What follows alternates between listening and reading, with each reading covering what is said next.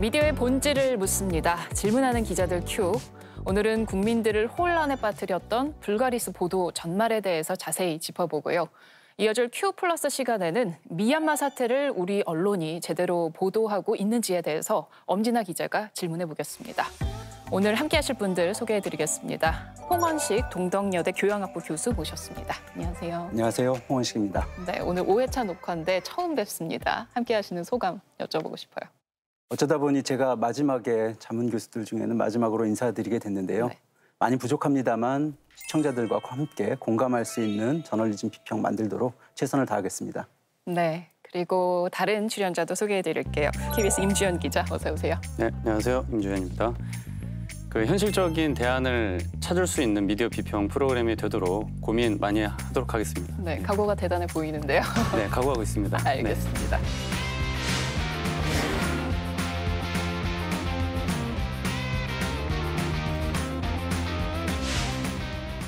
네, 불가리스 코로나19 억제 효과 77.8%. 지난달 13일 불가리스 관련 보도가 포털 사이트를 뜨겁게 달궜습니다. 자, 이 제대로 검증되지 않은 보도로 사회적인 혼란이 일었고 회장 사퇴와 남양유업 제품 불매 운동으로까지 그 여파가 이어졌는데요. 초유의 불가리스 사태, 언론은 어떤 역할을 했는지 먼저 임주현 기자가 되짚어봤습니다. 남양유업 회장직에서 물러나겠습니다. 자식에게도 경영권을 물려주지 않겠습니다. 불가리스가 코로나19 바이러스를 77% 억제했다는 발표 이후 3주 만에 결국 회장이 물러났습니다. 허위 과장 광고 혐의와 주가 조작 의혹에 대해 경찰 수사와 한국거래소의 조사가 진행 중인 상황이었습니다. 일명 불가리스 사태로 불리는 이 사건. 단지 남양유업만의 잘못이었을까? 지난달 13일 항바이러스 식품 개발을 주제로 한 심포지엄이 열렸습니다. 남양유업 측은 이날 심포지엄에서 세포를 대상으로 실험을 했더니 불가리스가 인플루엔자 바이러스를 99.9%, 사실상 100%를 사멸시키고 코로나19 바이러스도 80% 가까이 억제했다고 발표했습니다. 본 제품을 꾸준히 응용하고 한다면 분명히 바이러스에 대한 침입과 또는 발현 이런 부분을 억제하고 일부는 또 완화시키고 하는 부분은 기능은 분명히 있다고 저는 생각합니다. 이 내용은 곧바로 기사화되면서 인터넷을 통해 빠르게 퍼졌습니다. 기사 분석 시스템인 비카인즈와 네이버 기사 검색 시스템을 통해 첫 기사가 나왔던 13일과 다음 날까지 해당 발표를 다룬 기사를 분석해봤습니다. 그걸 제목이랑 또 본문 내용에 따라서 분류해가지고 그걸 정량적으로 그리고 또 정성적으로 좀 분석을 해보면 될 것 같아요. 첫 보도는 한 뉴스통신사.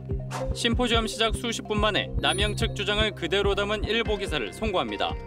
뒤이어 수많은 매체가 같은 내용의 기사를 쏟아냈습니다. 포털 사이트 상단에 걸린 관련 기사들에는 금세 수백 개의 댓글이 달렸습니다. 상당수 기사에서는 불가리스가 판매 1위 제품이라거나 품질 면에서 높은 평가를 받고 있다는 등의 수식어가 더해지기도 했습니다. 심포지엄이 끝날 무렵 사람에 대한 효과는 장담할 수 없다는 의학계 패널의 지적도 있었지만 사실은 동물 실험으로 해갖고 동물에다가 코비드-19를 감염시킨 다음에 불가리스를 투여하면은 예방 효과가 없을 수도 있습니다. 백신과의 비교는 지금으로서는 불가능한 수준이라고 볼 수 있습니다. 몇몇 기사에서 한두 문장 추가하는 정도에 그쳤고 그마저도 기사 제목은 불가리스의 코로나 억제 효과가 있다는 식 그대로였습니다. 변화의 조짐이 나타난 건 오후 5시 50분쯤 질병관리청의 입장이 일부 기사에 반영되면서부터입니다. 중앙일보가 처음으로 실제 효과를 확인하기 어렵다는 질병청의 입장을 실었고 이후 남양 측 주장을 일방적으로 보도했던 매체들도 검증에 방점을 둔 기사를 내놓기 시작했습니다. 그리고 다음 날이 돼서야 대부분의 언론이 남양 측 연구 발표가 논란이 되고 있다는 점을 강조해 지적했습니다. 이처럼 언론 보도의 방향이 왔다 갔다 하는 동안 남양유업 주가는 장중한 때 30% 가까이 치솟았고 일부 온라인 쇼핑몰과 마트에선 불가리스가 품절되는 소동까지 빚어졌습니다. 반면 누리꾼들의 여론은 이런 기사의 흐름을 앞서갔습니다. 기사가 송고된 직후부터 믿을 수 없다는 댓글이 달리기 시작했고 진짜 웃긴다. 기자 양반이 이런 위대한 기사를 쓰시다니 라는 등의 각종 풍자글도 쏟아졌습니다. 결국 2013년 대리점 갑질 사태로 촉발됐던 소비자 불매 운동이 되살아나면서 애꿎은 대리점주들에게 불똥이 튀었고 식약처의 영업정지 처분에 따라 남양유업 세종공장은 2개월간 문을 닫을 처지에 놓였습니다. 네, 저는 처음에 저 기사를 보고서 아니 온 지구를 전 인류를 힘들게 하고 있는 코로나19 바이러스를 고작 그 음료 하나로 뭔가 억제할 수 있다고 이게 말이 되나 싶으면서도 기사가 워낙 많이 나오고 포털 메인에 계속 떠 있고 하니까 진짜 뭐가 있나? 효과가 있나? 이런 마음이 기사를 계속 보니까 들더라고요. 홍 교수님 어떠셨어요? 저는 주변에서 이 남양유업 주식을 사야겠다는 얘기가 들려가지고 좀 뒤늦게 뉴스를 보게 됐는데요. 막상 뉴스를 보니까 이게 여러 가지로 말이 안 되는 이야기 같더라고요. 어떻게 이런 이야기가 뉴스화 됐을까 하는 생각이 먼저 들었고요. 네. 그리고 또 묘하게 제가 이름이 홍원식 회장과 같습니다. 그러니까요. 홍원식 회장이 여러 번 뭐 안 좋은 소식으로 뉴스에 많이 등장을 하셨잖아요. 네. 그래서 솔직한 제 개인적인 첫 느낌은 이 회장님이 이제 그만 뉴스에 나오셔야 되는데 제 이름을 더 이상 포털에서 보고 싶지 않다 하는 이런 생각이 식으로. 먼저 들었습니다. 네, 저도 처음에 오늘 출연자의 성함들을 딱 보면서 우리 제작진의 섭외력이 이 정도인가? 바로 회장님을 딱 모신 건가? 이 생각했잖아요. 네, 근데 이 불가리스를 마신다고 코로나19가 예방이 된다는 게 그냥 얼핏 들어도 상식적으로 좀 말이 안 되잖아요. 근데 어떻게 이렇게 기사화가 많이 될 수 있었는지 그것도 참 코믹해요. 취재를 해보니까 남양유업의 보도 자료를 받고 나서 이게 뭔가 좀 미심쩍은 부분이 있고 또 뭐 기사 가치가 없다라고 판단한 기자들도 꽤 있긴 했었어요. 네. 일단 저희 KBS만 하더라도 그 얘기가 안 된다고 봐서 네. 그 심포지엄 현장에 가지도 않았고 그리고 MBC, YTN 등 여러 매체들은 그 발표 내용을 바로 기사화하지도 않았거든요. 네. 그럼에도 불구하고 이제 기사가 왜 많이 나왔을까 좀 생각을 해보면 당시 상황이 아시다시피 그 코로나19 백신 수급 문제가 계속 화두로 오르내리던 시기였고 네. 그리고 워낙에 코로나19 도대체 언제 우리 졸업할 수 있냐 이게 워낙에 1년 넘도록 국민적 관심사였잖아요. 그렇죠. 그래서 아마 여러 언론이 이거 기사화할 만하다라고 판단했거나 현장에 가서 취재한 기자들 입장에서도 일단 왔으니까 긴가민가 하지만 네. 어쨌든 기사를 써보자 이렇게 생각을 했던 기자들이 꽤 있었던 걸로 보입니다. 유제품 음료가 코로나 바이러스를 뭐 7, 80% 없애줘서 코로나를 예방한다. 누가 봐도 말이 안 되는 얘기잖아요. 이런 것들을 기사로 접하는 시청자 그리고 독자분들이 기업에 대해서 이 코로나 상황에서 기업에 대해서도 여러 가지 우려도 하고 걱정도 하게 되지만 이것을 여과 없이 내보내는 언론에 대해서도 또 의심도 하고 걱정도 하지 않을까 하는 생각이 먼저 들었고요. 네. 근데 코로나 같이 이렇게 중대한 사안에 대해서도 그런 게이트키핑이 충분히 작동하지 않았다면 그럼 다른 사안에 대해서는 도대체 언론이 어떻게 하고 있는 것일까? 이런 우려까지 좀 확대되는 그런 생각이 들었습니다. 그렇죠. 이번 사안으로 언론 전체의 어떤 신뢰도가 다시 한번 더 흔들리는 그런 일이었는데요. 검증이 안 된 기사가 이렇게까지 한꺼번에 쏟아져 나오고 확산이 확 되는 데는 처음 보도가 또 뉴스통신사에서 나왔기 때문이라는 지적도 있어요. 네, 일단 뉴스통신사라고 하면 그냥 뭐 IT 통신사처럼 오해하실 수 있는 부분도 계실 것 같아서 말씀드리는데, 그러니까 대표적으로 뭐 연합뉴스, 뉴시스, 뉴스원 같은 매체들인데요. 되게 그 통신사가 일보, 그러니까 가장 처음으로 기사를 내면 되게 통신사와 계약을 맺고 다른 여러 언론사들이 그 기사를 받아 쓰거든요. 때문에 이제 통신사 역할이 되게 중요하다라고 항상 얘기가 되는 부분이 있는데, 만약에 그 일보 기사가 틀린 상태로 나왔다 하면 받아 쓰는 수많은 계약사들의 기사가 줄줄이 틀리게 되는 경우들이 많이 있습니다. 네. 그러니까 이번 그 불가리스 심포지엄 때도 보면은 그 통신사 일보 기사는 남양유업 측의 주장만 담겨 있는 기사였단 말이에요. 네. 근데 그게 나오고 나서 이후에 거의 같은 내용의 기사들이 줄줄이 이어졌단 말입니다.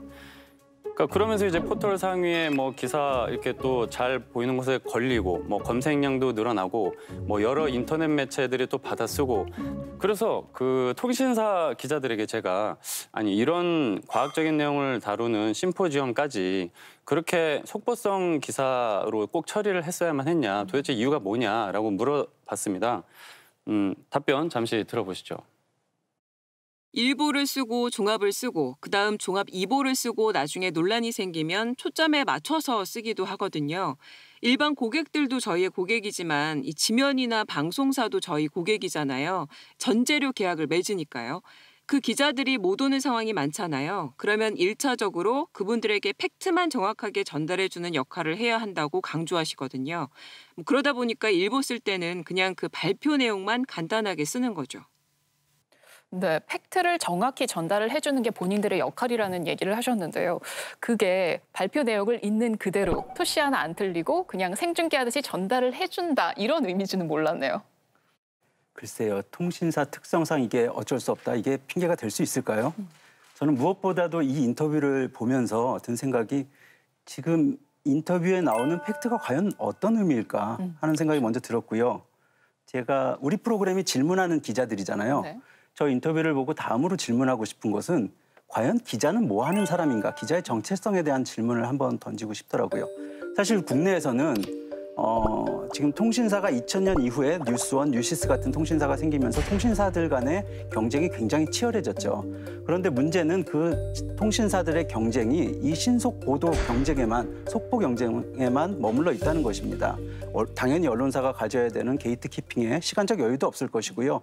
또 이야기를 덧붙여 보자면은 사실 우리나라 통신사들은 이 뉴스 도매업을 하는 것이 아니라 뉴스 소매업, 즉 포털에까지 기사를 함께 올리고 있는데요. 도소매를 같이. 예, 그러고 있습니다. 근데 여기서 발생하는 문제는 통신사가 언론사에 기사를 공급하는 경우에는 언론사의 자체적인 게이트 키핑을 통해 가지고 사실 확인을 보완한다든지 기타 기사 품질을 제고하는 그런 노력들이 덧붙여질 수 있는데 그런데 이것이 곧바로 포털에 통신사 기사가 노출되는 경우에는 사실 그런 또 한 번의 게이트 키핑의 과정이 생략되는 거죠. 그렇죠. 그러니까 통신사가 갖고 있는 이런 언론 보도의 품질의 문제가 그대로 독자들, 시청자들에게 그대로 전달되고 노출될 수밖에 없는 상황인 거죠. 네. 또 이번 보도를 보면서 느낀 점이 제목이 이미 제목만 봐도 그냥 기사 내용이 끝나는 느낌이에요. 굉장히 단정적이고 또 어떤 면에서는 자극적이라서 이걸 한번 안 눌러볼 수가 없더라고요. 네, 저도 이번에 이제 기사 분석을 하면서 이거는 정말 문제가 많겠다 싶었던 게 바로 그 제목 부분인데요. 일단 제목이 너무 단정적이었어요. 근데 물론 그 제목에는 이 쌍따옴표, 그러니까 직접 인용의 형태로 나간 건데 뭐 한마디로 누가 이렇게 말했다라는 거를 최대한 객관적으로 표현하기 위해서 기자들이 많이 쓰는 것이 바로 그 직접 인용이거든요. 근데 문제는 그런 직접 인용의 의미를 정말 충분히 다 알고 그리고 기사를 볼 때, 기사 제목을 볼 때 이건 직접 인용이지 하면서 감안해서 보실 수 있는 분들이 과연 얼마나 계실까 싶은 거죠. 예, 소위 제목 장사라고 하는 거죠. 근데 뭐 제목 장사를 하는 것이 어제 오늘의 얘기는 아닙니다. 그렇죠. 사실 우리 언론이 포털을 통해서 주로 뉴스가 소비되는 환경 속에서 어쩔 수 없이 맞이하고 있는 상황이기도 한데요. 문제는 코로나같이 아주 중대한 상황에서 이런 문제가 더 심각해진다는 것입니다. 실제로 이제 많은 나라의 통계를 보면은 작년 한 해 동안 뉴스를 이용하는 시간이나 빈도가 굉장히 높아졌습니다. 그리고 이 과정에서 많은 기업들이 사실 코로나에 대한 이런 우려와 불안을 일종의 돈벌이로 삼아가지고 이걸 이용해서 돈을 벌려는 많은 시도들을 하고 있는데 문제는 우리 언론이 이 시스템에서 일조를 하고 있는 것은 아닌가 그런 생각이 든다는 거죠. 네, 이게 참 국민의 건강, 안전 이런 것에 관련이 된 만큼 좀 더 신중했어야 하는 게 아닌가 언론이 참 성급했다 이런 아쉬움이 생각할수록 듭니다. 예, 맞습니다.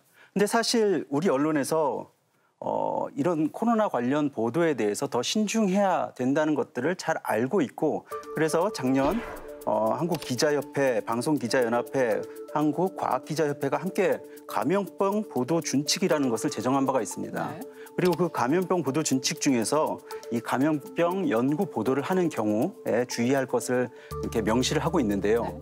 첫 번째는 특정 집단의 이익과 관련이 되어 있는 보도인지 확인하고 그리고 연구에 이것이 중간 단계인지 아니면 최종 확인된 연구인지를 확인하고 보도할 것을 또 이렇게 명시하고 있고요. 그리고 또 반드시 전문가의 자문을 빌어가지고 제목에 과장된 표현을 사용하거나 자극적인 수식어를 사용하지 않도록 이렇게 제언을 하고 있습니다. 그런데 과연 우리 언론이 이런 준칙을 준용해서 불가리스 보도를 하고 있는 것인가? 그렇지 않죠. 어쩌면은 우리가 이것을 보도 준칙, 강령이라는 이름으로 이름을 붙이는 것조차 굉장히 부끄러운 일이 아닌가 생각이 듭니다. 참 일련의 과정들을 쫙 듣고 나니까 정말 총체적인 난국이었다 이런 생각이 드는데요. 뭐 남양유업에 무리한 홍보가 있었고 또 일부 언론은 그런 의도를 알면서도 정말 충실하게 전달자 역할을 자처한 게 아닌가 하는 생각이 듭니다. 자, 어찌된 내막인지 취재 영상을 보시고 이야기 계속 이어가겠습니다. 문제의 발단이 된 심포지엄은 한국의과학연구원이 주관했습니다. 남양유업 제품인 불가리스를 공동 연구한 곳입니다. 남양유업은 홍보 업무를 맡았습니다. 남양유업 홍보실이 언론사에 배포한 자료입니다. 심포지엄 개최 배경에 코로나 바이러스 대유행, 백신과 치료제 개발, 발효의 항바이러스 기능성 같은 문구가 눈길을 끕니다. 남양유업이 홍보를 맡게 된 배경을 엿볼 수 있는 대목입니다. 여기에 심포지엄의 핵심 발표 주제인 불가리스 제품의 항바이러스 연구 성과 부분, 국내 최초 규명, 인플루엔자 바이러스 99.999% 사멸, 코로나 바이러스 77.8% 저감 등이 강조돼 있습니다. 불가리스를 마시면 코로나 바이러스를 일정 부분 예방하거나 치료 효과까지 볼 수 있다고 오해할 수 있는 내용입니다. 과학적인 사실은 어디까지나 전문가의 검증이 거치고 난 상태에서 발표가 되는 게 올바른 절차이지 언론인 발표를 통해서 먼저 공개되는 경우는 거의 없다고 봐서 저는 매우 부적절하다고 봅니다. 해당 연구 결과는 누가 발표했을까요? 남양유업 항바이러스 연구소장, 남양유업 임원입니다. 당초 분석을 진행한 충남대 연구팀 교수가 발표하기로 돼 있었지만 개인 사정을 이유로 불참하면서 갑자기 바뀌었습니다. 남양 측의 유리한 연구 결과를 남양이 스스로 발표했다는 것 자체가 석연치 않았던 상황. 복수의 관계자들은 순수 학술 행사로만 보기엔 무리가 있었다고 말합니다. 실제 진행 과정에서 왜곡이 돼서 어떤 특정 제품을 굉장히 과대 광고하는 그런 자리로 기획된 거 아닌가. 심포지엄을 취재한 기자들 역시 홍보성 행사라는 점을 인식하고 있었습니다. 당시 현장 상황 분위기가 어땠는지 좀 여쭤보고 싶은데요. 너무나 본인들의 연구 결과니까 그런 느낌이 있긴 있었는데 의아하다. 발효율을 모르는 사람들이 전 세계 사람들이 먹고 우리나라에서도 많이 먹는데 네네. 홍보팀에서 어찌됐건 기자들한테 계속 와달라고 했었고 잘 좀 써달라고 하다 보니까 처음에 그렇게 기사가 나가지 않았나 싶었거든요. 잘 좀 써달라는 부탁 때문이었을까? 이 때문에 현장에선 효과를 의심하는 일부 기자들의 질문도 있었지만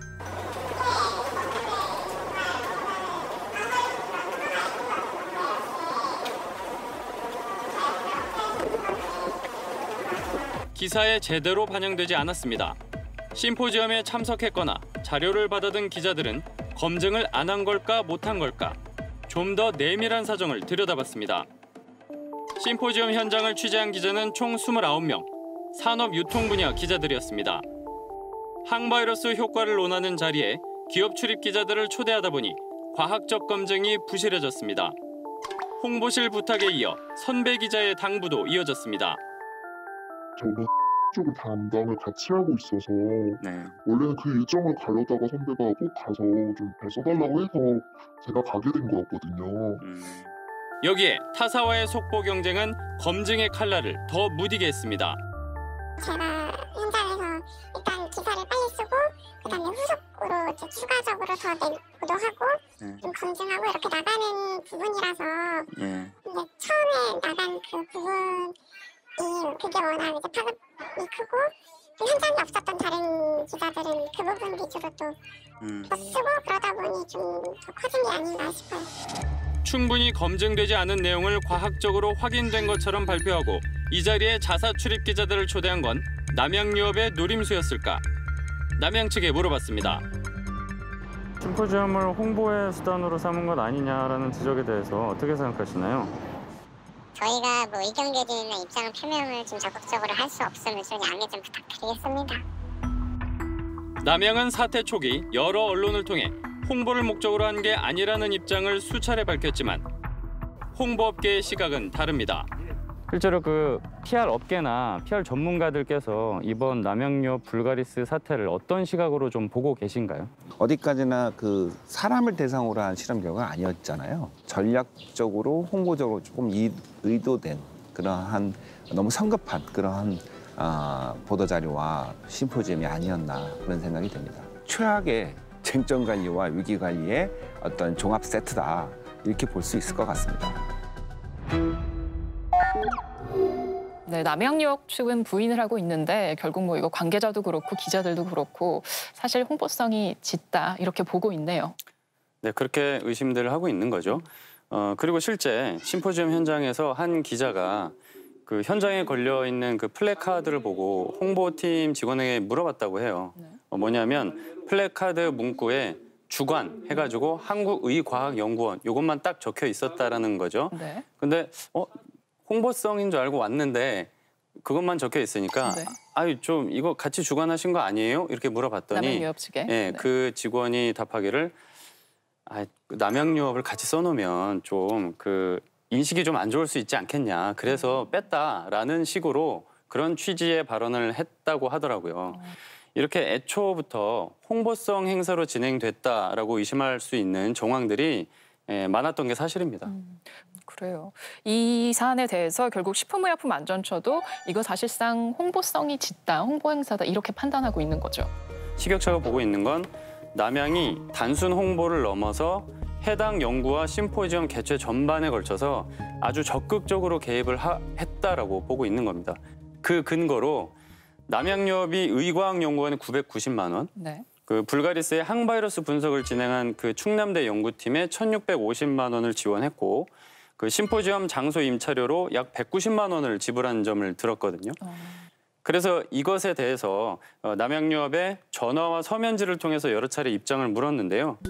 최근에 남양유업 측에서 서면 답변이 왔습니다. 네. 답변 내용을 말씀드리면 그 임차료는 심포지엄 주관인 한국의과학연구원에서 지급한 것이고 그러니까 남양 측에서 지급한 게 아니라는 입장이고 그리고 지원된 금액은 연구비가 아닌 분석비라는 점을 강조를 하시더라고요. 그렇다고 뭐 의문이 해소가 되지는 않네요.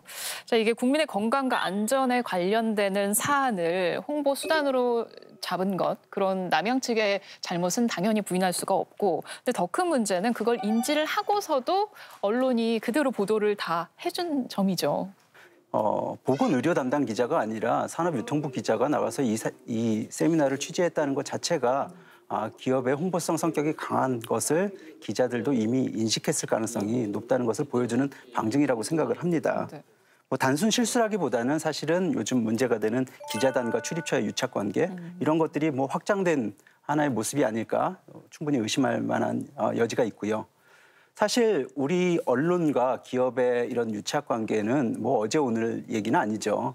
그러니까 기업이 홍보 의도를 갖고 있고요. 그리고 언론이 그 홍보 의도를 충실히 수행해 주는 것 이것이 뭐 빈번하게 있었던 얘기입니다. 언론 입장에서는 기업의 광고를 통해서 언론의 수익의 대부분을 충당하는 상황이니까 기업의 눈치를 보지 않을 수 없는 거죠. 그리고 또 하나 지적할 부분은 언론의 보도와 그리고 일반 우리 국민들의 정서 그 간에 상당한 간격이 있고 괴리가 있다는 것을 보여주는 사건이라고 생각을 합니다. 사실 코로나19가 지금 장기화되면서 국민들은 일단 많은 중소상공인들 영업시간도 줄어들고요. 그리고 학생들 학교도 제대로 못 가고 있고요. 굉장히 고통이 길어지면서 코로나에 대한 정말 불안과 두려움은 계속되고 있거든요. 근데 언론은 이런 홍보 이벤트를 전달하는 것을 큰 고민 없이 단순 일회성 행사를 그냥 늘 해왔던 거 그대로 전달한다는 수준으로 전달하고 있으니까 사실 코로나19와 같은 이런 중대한 상황에 대해서도 사안에 대해서도 언론이 이렇게 생활 속 국민들의 정서와 일치하지 못한다면은 그것을 따라가지 못한다면은 아동폭력의 문제라든지 학교폭력의 문제라든지 부동산 문제라든지 이 국민들이 굉장히 피부로 와닿게 느끼고 있는 그런 수많은 문제들에 대해서 과연 얼마만큼 언론이 그와 공감하고 그와 같이 하고 있을까에 대한 우려도 함께 들고 있습니다. 네, 또 그게 다가 아닙니다. 이번 보도로 또 주가가 얼마나 출렁였습니까? 네, 연구 발표가 있었던 4월 13일부터 이틀간 그 개인 투자자들이 60억 원이 넘는 주식을 사들였다고 합니다. 그러니까 당시 코로나19 관련 수혜주라는 그런 인식이 영향을 미쳤다라는 분석도 나왔더라고요. 근데 장 초반 한때 30% 가까이 이제 폭등을 했다가 그 뒤에 실험 결과가 뭔가 과장된 것 같다 막 논란이 나오기 시작하니까 이후 사흘 동안 15%가량이 급락했거든요. 그러다 보니까 개미 투자자들 입장에서는 이제 화가 나는 거죠. 사실 증시 보도에서는 이 사안에 대해서 깊게 다루지 않고 왜 남양유업 주가가 등락을 했는가에 대해서 굉장히 간략하게 언급을 했거든요. 네. 어쩌면은 남양유업이 원했던 보도는 이거였을지도 모르겠다는 생각이 듭니다. 근데 증시 보도에서 그러면 이렇게 등락을 이런 이벤트와 연결해서 설명하는 보도 태도, 이건 과연 제대로 된 것인가? 이것도 사실 증시에서 많은 개별 종목들이 가격이 등락을 하는데 네. 때로는 주가 조작의 세력이 있을 수도 있고요. 그리고 설명치 못하는 많은 이유로 등락을 할 수도 있는데 증시 보도는 사실은 그러한 등락들이 마치 무슨 합리적 이유가 있는 것처럼 사후적으로 굉장히 정당화시켜주는 경향이 있다는 거죠. 근데 여기서 발생하는 문제는 무엇이냐면은 사실 정부의 굉장히 빠른 세력이나 아니면 뭐 기관 투자자 같은 경우에는 그러니까 이런 사안들이 터졌을 때 그 정부의 실체를 알고 있기 때문에 거기에 잘 대응할 수 있지만은 언론의 보도를 믿을 수밖에 없는 그에만 의존하는 일반 개미 투자자 같은 경우에는 일종의 정보의 비대칭 현상이 발생하는 거거든요. 그러니까 이러한 잘못된 보도로 인해서 발생하는 손실은 고스란히 개미 투자자들의 몫으로 돌아가게 되는 거죠. 자, 오늘 불가리스 보도 문제를 다루고 있는데요. 사실 이번 사안은 코로나 보도의 축소판이라고 봐도 과언이 아닐 겁니다. 사실 그간 코로나 사태가 길어지면서 코로나 관련 보도 전반에 대해서도 많은 비판이 있었죠. 예, 코로나 보도는 우리가 한번 자세히 다뤄볼 필요가 있는데요. 뭐 간략하게만 좀 생각을 해보면은 일단 과학적으로 입증되지 않은 것들에 대한 보도가 너무 많고요. 그런 주장들을 단순히 옮겨오는 일종의 따옴표 저널리즘의 형식을 굉장히 많이 볼 수 있고요. 그리고 백신의 부작용, 특히 그 과정에서 백신의 부작용을 과도하게 보도함으로써 국민들에게 우려를 증폭시키는 그런 보도들이 굉장히 많았던 것 같습니다. 문제는 이런 감염병 국면에서 사실 국민들의 불안은 큰데 그 불안을 해소할 만한 정보는 굉장히 희소하다는 거죠. 그럼 국민들은 이 문제를 어떻게 해결하는가 하면 기존에 자신들이 생각해왔던 방식으로 대응을 할 수밖에 없습니다. 정보가 희소하니까요. 그러니까 자신의 기존의 정치적 성향 또 기타 문화 어떤 사회적 성향에 따라서 기존의 방식대로 생각을 강화시키는 거죠. 우리가 이런 것을 확증 편향이라고 합니다. 특히 이런 감염병의 문제에 있어서 이런 확증 편향이 정치적 어떤 관점과 연결되다 보면은 사실은 실제 과학적 대안이 나왔음에도 불구하고 그 과학적 대안을 거부하거나 부정하는 그러한 뭐 대응, 국민들의 반응이 나타날 수 있고요. 자연스럽게 사회적인 안전은 그만큼 저하가 되는 것이죠. 임주현 기자는 어떻게 봐요? 네, 저도 아주 강하게 동의하고요. 그리고 마침 또 자료를 좀 찾아보니까 저희 프로그램 자문 교수시기도 한 그 유현재 교수님이 최근에 연구한 게 뭐가 있더라고요. 그 코로나19 국면에서 그 잘못된 정보 확산에 따른 부작용, 그 인포데믹이라고 표현되는 것들 있잖아요. 네. 그거를 초래하는 주 원인이 뭔지 사람들에게 좀 물어본 거예요. 그랬더니 언론의 선정적인 제목, 첫 번째, 그리고 사실 확인 부족에 따른 오보, 그리고 클릭 수를 높이기 위한 동일 내용 반복, 일명 어뷰징이라고 하죠. 그런 것들을 꼽았더라고요. 근데 이런 게 이번 불가리스 사태를 키운 언론 보도 행태에도 똑같이 반복됐던 문제들이잖아요. 뭐 결과적으로 이번 사안으로 인해서 남양 측은 회장이 사퇴를 했고요. 또 뭐 경찰 수사의 대상이 됐습니다. 근데 남양만의 잘못은 아니잖아요. 그 잘못된 보도를 했던 언론은 어떤 책임을 지고 있는지 잘 모르겠어요. 이런 일이 반복되지 않으려면 어떤 대안이 있을까요? 네. 어려워요. 대안이 있을까요? 기사 생산을 총괄하는 그 데스크라고 불리우는 그 선임 기자들, 네. 이분들의 역할이 정말 중요하겠다. 왜냐하면 최대한 현장 상황을 좀 회사 안에서 컨트롤도 하고 이상한 게 있으면 뭐 내부 부서 간에, 그러니까 부서가 좀 달라도 서로 크로스 체크, 상호 확인을 하기도 하고 정보 공유도 좀 하게 해주고 네. 라는 게 제 생각인데 이거에 대해서 그 현장 취재 기자들한테도 물어봤더니 아주 강하게 동의해요. 공감을 하더라고요. 네, 근데 데스크가 그런 역할을 안 하고 있으면 그걸 지적하는 현장 기자의 폐기도 필요하지 않을까? 폐기가 필요하죠. 근데 이제 문제는 폐기에서만 끝나버린다. 그런 사례가 좀 많은 것 같아요. 네. 교수님이 생각하시는 어떤 해결책, 대안은 어떤 거예요? 언론이 다른 사회 영역에 비해서 더 많은 자유를 보장받고 있는 것은 언론인들이 전문가로서 전제되고 있고 전문가들은 스스로 높은 수준의 윤리적 규범을 준수할 수 있다고 믿고 있기 때문에 그러하다고 생각을 합니다. 그런데 언론이 기업의 이런 홍보성 이런 보도 시도에 대해서 얼마나 비판적인 그리고 자기 스스로의 윤리적 규범들을 갖고 있는가 다시 되묻지 않을 수 없고요. 또 하나 덧붙일 부분은 이제 언론의 책임에 관한 부분입니다. 이제 해외의 주요 언론사들을 보면은 자신들이 잘못된 보도를 했을 때 그 잘못된 보도의 책임만큼 그를 인정하고 그리고 그를 다시 수정하기 위한 굉장히 투명한 노력들을 보이고 있거든요. 네. 사실 우리나라 언론 신뢰도가 낮다고 굉장히 많이 비판도 받고 고민들을 많이 하고 있는데 이런 해외 언론들이 자기 스스로의 잘못들을 인정하고 수정하는 이 모습들을 보면서 우리 언론들이 많은 부분을 좀 배워야 할 것이라고 생각을 합니다. 네. 검증 없는 보도로 불가리스 사태에 일조하고도 대부분의 언론들은 아직까지 사과 한마디가 없습니다. 이번에도 유야무야 그냥 없던 일처럼 넘어가려는 걸까요? 국민들이 모든 과정을 지켜보고 있다는 사실을 명심해야겠습니다. 네, 오늘 두 분 말씀 감사합니다.